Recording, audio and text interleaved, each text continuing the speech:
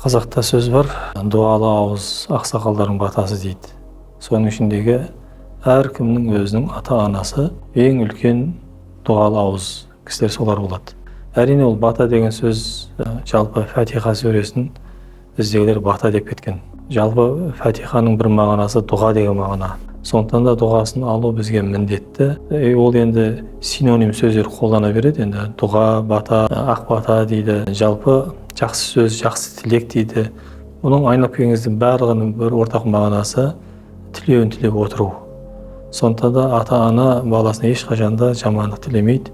Сол ата-ананың батасын алу, жолға шықсын, бір істі бастасын, немесе бір жаңа кез бір келген бір істің басында ата-ананың құрметтеп бір батасын алатын болса, ол өзіне жақсы.